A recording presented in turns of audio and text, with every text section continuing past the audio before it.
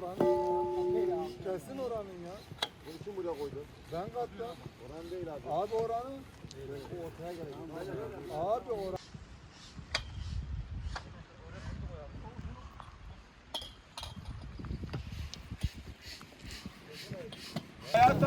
Ayak değil ki bu, ayak değil bu.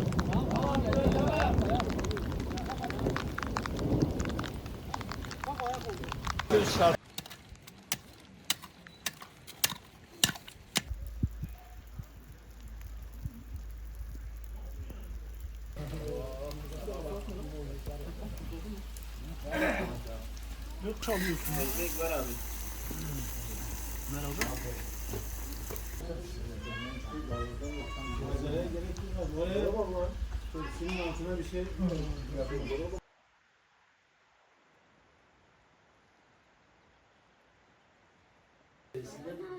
4 veya 5 tane akredite olma ihtimalimiz var yüksek inşallah.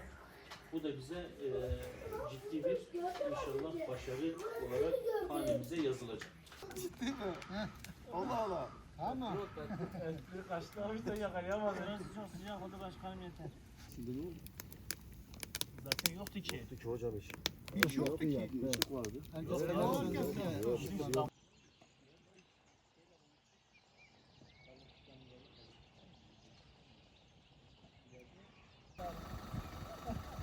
Buraya ev yapacağım. 500 TL. Buraya ev yapacağım. Temel mi ya? Vallahi 500 TL. Tamam. Evet abi. Peki bana aydınlık yap şu. Kap lambasını falan çıkarın ya. Tamam. Tamam zıplama. Dur.